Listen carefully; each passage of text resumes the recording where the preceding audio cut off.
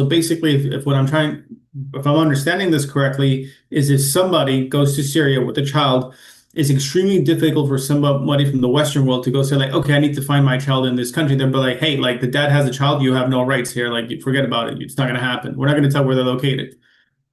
Look, the mother has two choices. First, she has, if she hired a lawyer and if he works in a good manner in this laws and in this court, he can issue a virtual visitation right. But also, the mother can come to Syria and she can claim custody in Syria if the child has all the requirements that she has all the requirement to take the custody, but she can't never leave the country with the child.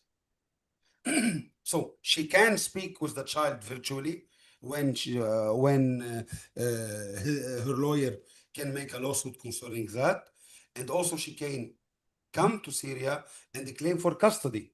So she can raise her child in Syria, but she can't Ah, bring back the child with her to her country. Also, she can come and exercise the visitation rights in physics, in person. Like she can ask the judge to let her see the child in a hotel like 3 to 4 days, and the judge will take all the measures to protect the child from not kidnapping again. So she has rights in the visitation rights, whether virtually or whether in person. Also, she can claim the custody if she has all the requirement, and she can raise the children in Syria or in the country where the father kidnapped the children in the Middle East, whether in Lebanon or in Syria or in Jordan, but she can't bring them back. understood. Understood. So basically, yes, she can see the child physically in person. And if she wants to actually take some sort of custodial parental, she must stay in the country where the father is located. And I guess the question becomes is like, what is what is I don't know if I should even use the visitation slash co-parenting word co-parenting here, but what would it look like hypothetically if this woman were to move from Netherlands to Syria?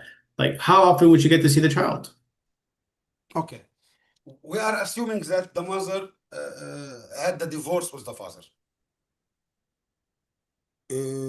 She can oblige the father to bring a house, like he can rent a house for her, because even if she is the custodian, the fathers had obligation, so she can issue a court order in Syria that allows that the father need to rent a house for the Mm. children, for raising the children.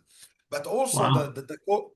the court don't give like specific requirement to this house. It might like he can rent a house in a very popular or in a very poor place, with $150 per month. So it will not be a good environment for the mother or for the children.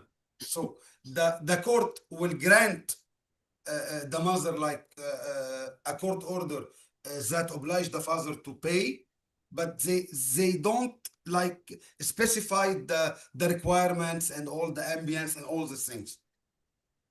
Correct. Okay, I can see it can be a very dangerous situation for the mother and for the kids if the father is Exactly. being hostile. So the mother, when she will see this happening, she would rather to get back to Syria, to her country, because she will not move on. Yani she can't continue a life in a bad environment, you know? Mhm. I understand. What if let's say hypothetically the mother could, she gets a job in Syria, gets a nice apartment or something, She and can. she She can. can. Yes, she Okay. can. If Okay. she if she can finance herself and take an apartment, she can let the lawyer issue a court order to to locate her apartment in Syria as a, custody place for children. But Mhm. but let me tell you where exactly.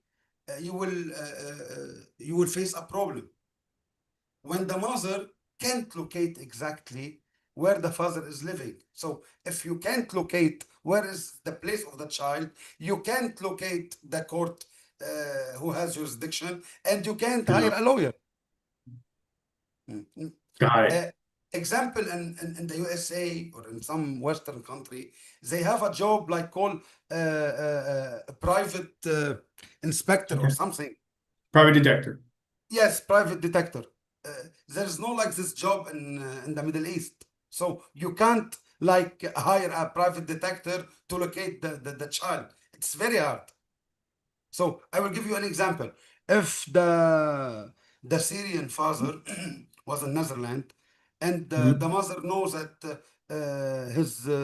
his place in Syria is in Damascus, and if he saw, yeah, if he changed his mind, if and he went to live to Aleppo, so there is like 300 kilo between Damascus, 300 kilo between Damascus and Aleppo.